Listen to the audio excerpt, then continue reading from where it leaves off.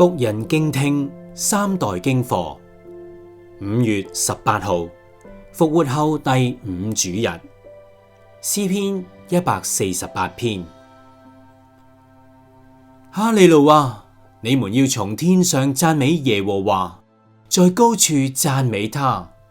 他的眾使者啊，要讚美他；他的諸軍啊，都要讚美他。太陽月亮啊，要讚美他；放光的星宿啊，都要讚美他。天上的天和天上的水啊，你們都要讚美他。願這些都讚美耶和華的名，因他一吩咐就都造成。他將這些設定，直到永永遠遠。他定了律例，不能廢去。你們啊，都當讚美耶和華。